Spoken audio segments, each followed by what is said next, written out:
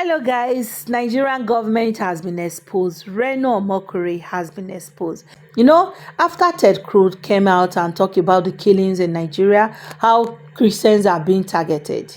The Senate, they know they sleep. Nigerian government know they sleep. The Americans now are expressing worries on why the Nigerian government does not want to eradicate IDP camp in this country.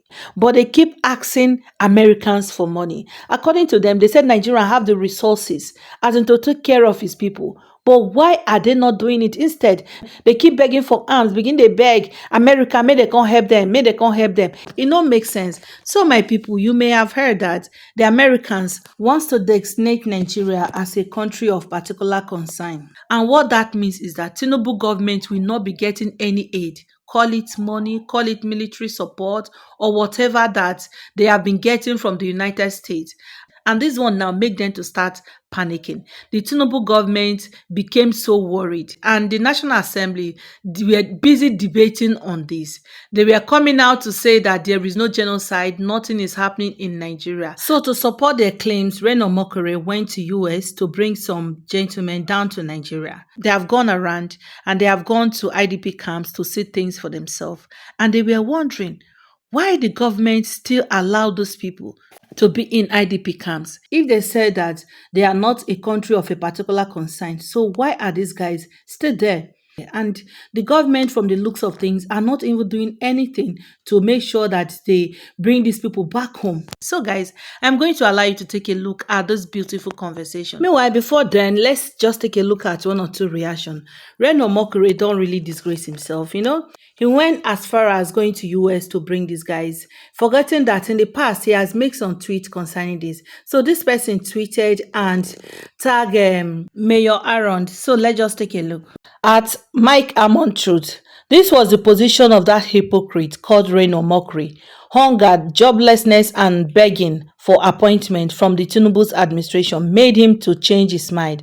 Whatever comes out of his mouth are all lies. Thank you. Trust Nigerians, they went back, as in back to dug out all Reno's former tweet concerning this matter. Their voice is so loud condemning injustice against Muslims in US, yet very silent in condemning genocide of Christians in Nigeria. This na Reno Omokri tweet many years back, I think 29 January 2017. Here is another one. He said in this one, even Buhari, Osibanjo cannot say extremist Muslims aren't killing Christians. This happens to be Reno Omokri's tweet many years back. This is the same man trying to sugarcoat everything because he's now working for Tinubu's government. Right now, he's trying to downplay it that Christians are not being killed. Reno forgot that the internet cannot forget. Even if say you forget, you will talk and internet cannot forget.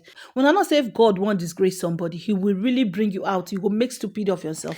I believe that is the main reason why in using hand, go US, go bring all these people. It takes his time. Go bring all these people, make the see things for themselves. Feeling say after they have bribed Khan. Because yesterday I dropped a video where it was revealed how Khan, the Christian Association of Nigeria, how they were bribed so that if they come, they go there in support of the government, which of course they supported the government and said there is nothing like killing of Christians in the country. So Reno forgets, say he has made a tweet like this before. And God can't do, and the people brought this news out and tag Mayor Aaron. The people when you go bring come from US, made them see things for themselves. So my darling wonderful people, let me not just take too much of your time, but allow you to take a look at this interesting conversation. You will hear everything and see what the people responded to Reno. So please drop your honest opinion concerning this in the comment section. Don't forget to give this video a thumbs up so that YouTube can recommend it to others. Bye bye as you enjoy the rest of the video. Look, I don't understand why a nation that's as mineral rich and growing as Nigeria has to go and beg from Uncle Sam for help serving their own people. Nigerians have plenty of resources to help these people get back, or at least get something where they can have stability and a life. Now they're denied, they're ground down, they're called criminals, they're called vagrants. Their homes are bulldozed with no warning. It's a horrific life that these people are living, and nobody's here. I mean, why should it be? You don't want America to come here and say anything about terrorism, but you want their money? That doesn't make sense to me whatsoever. Following the news, you'll know that less than a fortnight ago, US Senator Ted Cruz introduced a bill aimed at sanctioning the Nigerian government for allegedly supporting terrorism, which he said was aimed at eliminating this country's Christian population. Senator Cruz, who's a member of President Trump's Republican Party, claimed that extremist groups have been hunting down and killing Christians for decades in an attempt to rid the country of them. He accused the Nigerian government of facilitating this so-called anti-Christian crusade. Other top American politicians and political commentators have also expressed similar views, and they're calling on the Trump administration to designate Nigeria as a country of particular concern and to suspend arms sales and technical support to the government. The Nigerian government has, of course, denied this, and independent researchers and analysts are adamant that the claims of a Christian genocide are false. So, how has it come to this? Well, for more on this, I'm joined now in the studio by the Republican mayor of the U.S. city of Blanco in Texas, Mike Arnold, the political commentator, author, and social media influencer, Rena Omokri, and from our offsite studio, the prominent Texan Republican and filmmaker Jeff Gibbs. Gentlemen, thank you very much indeed for coming in. And let me start with you, Rena Omokri, because you're the one who brought these two very prominent gentlemen to Nigeria and into our studios. Tell us why. Well, when Senator Ted Cruz began this tale about a Christian genocide, and Gregory Abbott, the governor of Texas, followed along with Congressman Moore, I felt it was my patriotic duty to reach out to the Republican Party and officials who have a desire to know the truth.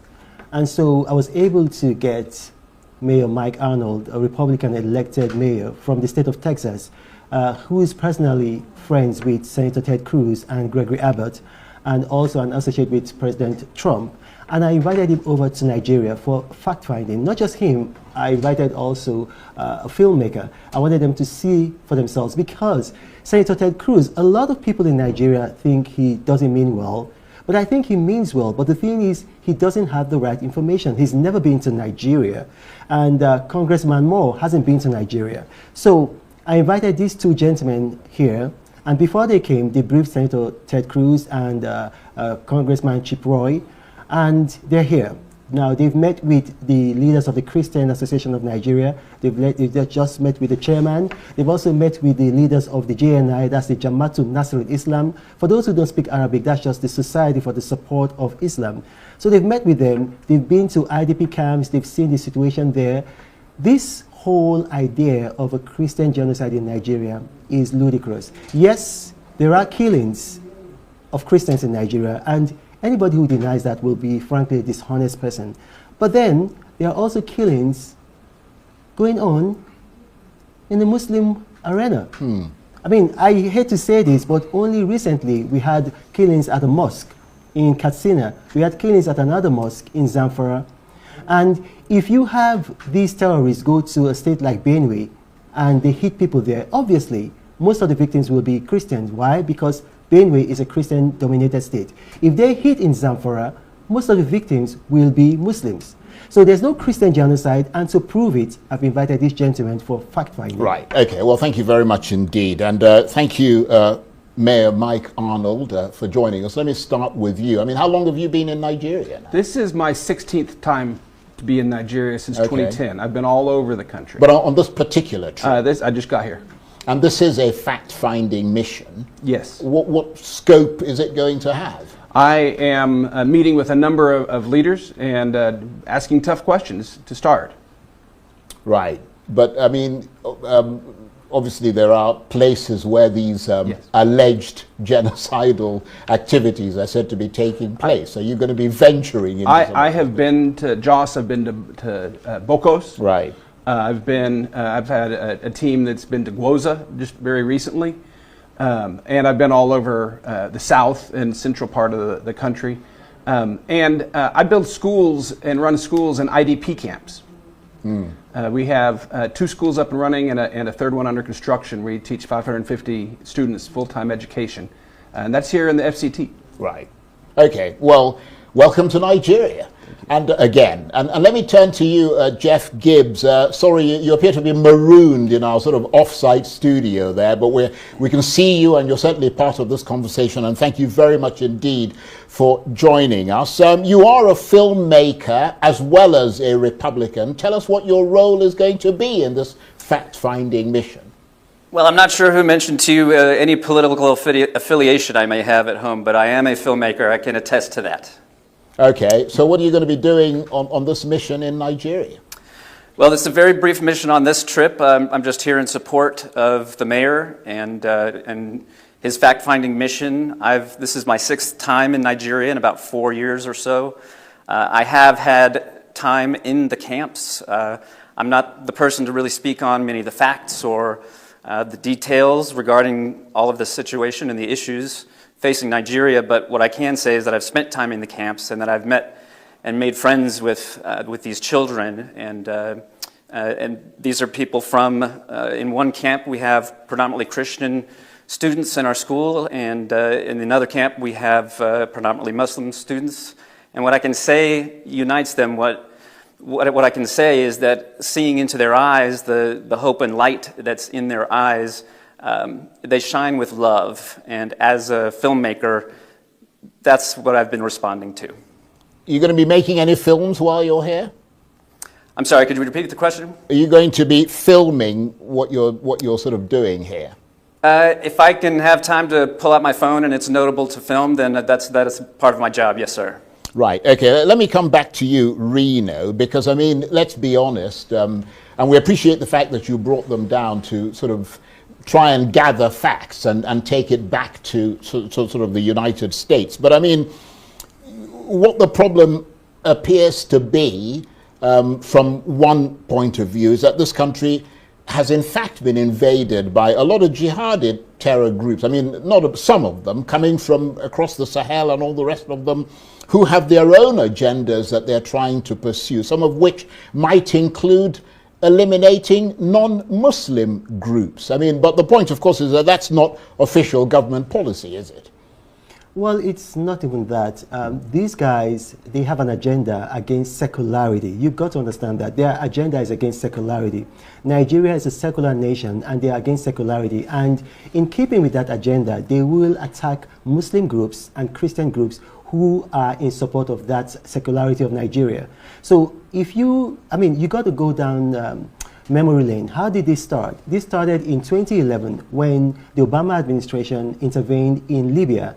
And Gaddafi had a legionnaire army. For those who don't understand, that's a mercenary army, a foreign army. Even in this country, some activists that I don't want to name were trained in Libya. You know, Charles Taylor was trained in Libya, Fode Sanko in Libya.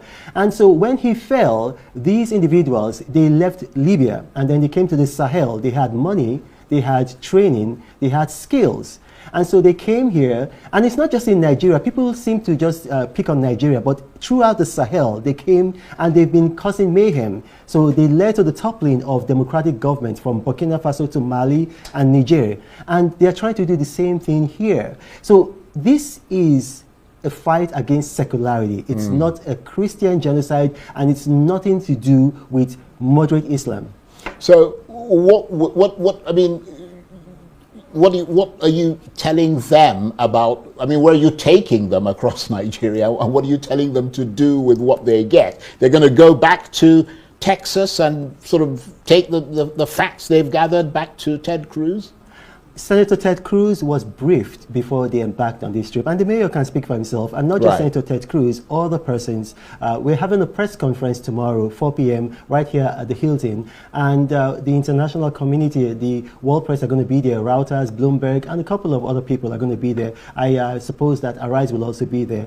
Now, the thing is, they are here on a fact-finding mission, so I cannot put actions into their hands. Yes, of course. Put words into their mouth. So if they tell me they want to see this, they want to go here, that's the basic idea of a fact-finding mission. Already, they've met with the chairman of the Christian Association of Nigeria, they've met with the Secretary General of JNI, and they're going to meet with more people. So they go where they want to go, and at the end of the day, they're going to take the facts, present them to the policymakers in the United States, and this idea about making Nigeria a country of particular concern must die. Because if you do that, you're enabling the terrorists and you're punishing ordinary Nigerians, Christians and Muslims, the very people that Senator Ted Cruz says he wants to help.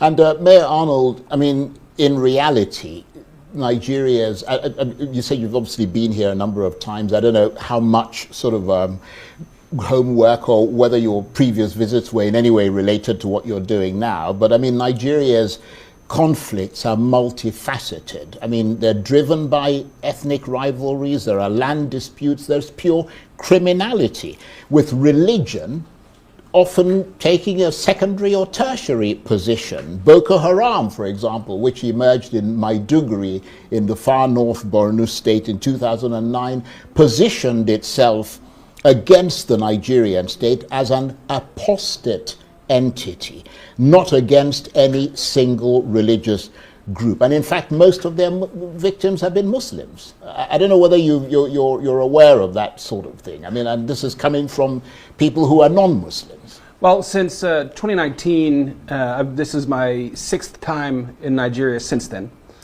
It's been entirely focused on understanding and telling the story of the internally displaced.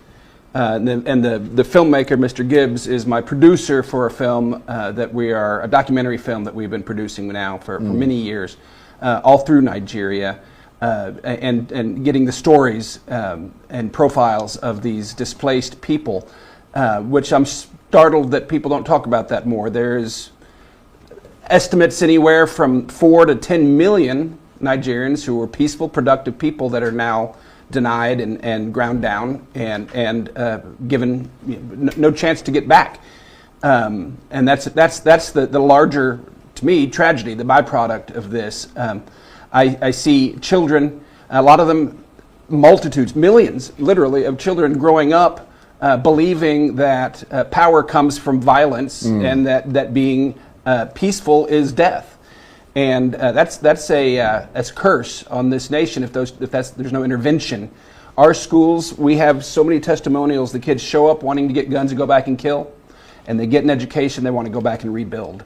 That's how this is ultimately fixed. When the internally displaced are recognized and restored, it'll be the foundation of a great nation. Until then, I fear for this nation. Right, and I think a lot of people would share that fear. But I mean, have you been sort of in communication with, because I mean, one of the reasons why, obviously the Nigerian government has a responsibility to its own people, but one of the reasons why they're going through a very difficult time now is the cutting of support from the United States of America, which used to provide for some of those displaced people, and lots of them in the far north and across many other parts of Nigeria. So, I mean, it's put this country in a very difficult situation as a result of the cutting of those funds. I wonder what your thoughts are. I don't understand why a nation that's as mineral rich and growing as Nigeria has to go and beg from Uncle Sam for help serving their own people. Nigerians have plenty of resources to help these people get back, or at least get something where they can have stability and a life. Now they're denied, they're ground down, they're called criminals, they're called vagrants. Their homes are bulldozed with no warning. It's a horrific life that these people are living. And nobody's here. I mean, why should it be? You don't want America to come here and say anything about terrorism, but you want their money? That doesn't make sense to me whatsoever. Yeah, that makes that's a good point. And let me come to you, Jeff Gibbs, in our off-site studio. I wonder what you make of what's been said so far. Well, you certainly have two of the more informed and well-studied people on the subject on your dais there this evening. And again, my reiteration would be that across all of the walks of life, across all of the different tribes people, faith backgrounds, what I've seen through the hearts and the eyes of Nigerians is what keeps me coming back. And these schools that we serve for these children, for the IDPs who asked for nothing except to educate their children, to give them hope and a way out, is For me, in my opinion, I would like to see these camps eradicated. I would like to see them put out of business. We do need to serve these children and these IDPs, but they need to be restored, and that's what I would like to make out of this. Well, why do you think they're not being served? I mean, why do you think they appear to be ignored? It's a very good question, and based on the discussions that I've been tangential to, I don't have a good answer for you on that. I would have to defer to Mike. Well, let me defer to Reno Mokri, who's got an ear to the ground and who is, of course, Nigerian. What are your thoughts on that? Well, I think what the mayor said and what you said, I don't think you guys have addressed the issue. You see, there is a moral responsibility on the United States because this problem was brought to Nigeria's doorstep by the actions of the Obama administration. If the Obama administration had not intervened in Libya, if Gaddafi was a nasty piece of work, but he stabilized his country. If Gaddafi had not been killed, and if all those foreign mercenaries hadn't left Libya to come here, Boko Haram started, they were not violent at the beginning. Mohammed Yusuf used to have debates. He had a debate with Issa Pantami. He had a debate. That's what he was doing. He was killed, and then these guys came in and they did a hostile takeover of Boko Haram, and then that was what happened. They had arms. If the United States had not done what they did in Libya, we would not be facing a torrent, not just us, the Sahelian countries. So they just say that, okay, well, we've got minerals and we've got this, and you don't know. No. Listen, you have a moral responsibility. The United States has a moral responsibility because government is a continuum. You know, so we've seen in cases whereby the United States has paid reparation. We're not asking, under Obama, they used a law called the Leahy Law after causing a problem to deny this country weapons. We had to go and purchase weapons on the black market. So Nigeria is paying a price for a problem that we did not cause. So, I mean, I don't want people to just come here and just say, oh, look, our president did say, I think this was about 2 months ago, that, look, I don't need President Trump because I have met my revenue target. We're doing the best that we can as a country. We're fighting corruption. We're growing our economy. Our economy has grown. I mean, we've added $67 billion to our economy in 2 years. In the last quarter, it grew by 4.3%. Our economy is growing faster than our population. But this problem was caused by the actions of the Obama administration. Thank God for a good man like President Trump that lifted the objections of the Leahy Law and began selling weapons to us, like, for example, the Toscano jets. But the United States caused this problem, and they need to help us fix it. I wonder what your reaction is to that, Mayor Arnold. I mean, the suggestion is that part of the problem in this country was sort of initiated, if you like, certainly enabled by the United States and its policies in Libya. It was not just policies in Libya, but the policies here. Barack Obama, his Arab Spring foreign policy, I believe he endeavored to do a takeover or facilitate one here in Nigeria. We've got not prepared to release it yet, but hard proof that Obama was very much behind the advance of Boko Haram, intentionally so. And Obama holds a lot of the blame. There's no doubt about it. So, I mean, I guess the million-dollar question is, how do we change the narrative in America? Let me come to you, Jeff. You're a filmmaker. That is a powerful way of getting emotively through to the American people. It is, yes. Filmmaking is an extremely powerful platform. It involves all of the senses, and it's part of my intention and part of our goal is to bring awareness to the situation. It's not my job to agree with certain facts or disagree with others. That's not my place. So this film, it's meant to bring awareness. This is an excellent time for it. The world we're just starting now. Mike and I have been at this for years, trying to tell people about it, and it's just breaking now kind of on our shores, and the attention is there for it, and I would like the truth to be heard, and I would like to see hate fought with love. Okay, and Rena, let me just get you to summarize what has happened today, and the most important thing, I suppose, how do we change the narrative in America? Well, what has happened today is that these fact finders have come and they've met with the leadership of CAN. They've also met with the leadership of JNI, which is the apex Muslim or rather Islamic body. And for one, they've agreed that there's no Christian genocide. Mayor, am I right? I'm fact-finding, Reno. I don't know the legal definition of that term, and I think it'd be premature, and I'd diminish my credibility. I think that's a good point. Okay, but we I think I'd diminish my credibility if I made a declaration before the fact-finding. I mean, you've literally got to Nigeria, so you need time to sort of do your homework. I know that there are victims on both sides. Okay, excellent. So that's the thing. So we've been able to establish that there are victims on both sides and that these individuals are terrorists. And the point of it all is that by the end of their fact-finding mission, when they go back, when they brief the American policymakers, this whole idea of making Nigeria a country of particular concern will be squashed, will be... So that's the ultimate aim. That's the ultimate aim, because if that happens, it's precisely ISWAP and the terrorists who are going to benefit, because that's what they've been wanting. They've been wanting to grow anti-American sentiment in this country. And the people they'll be hurting are the people that they want to help, which are the ordinary Christians and Muslims in Nigeria.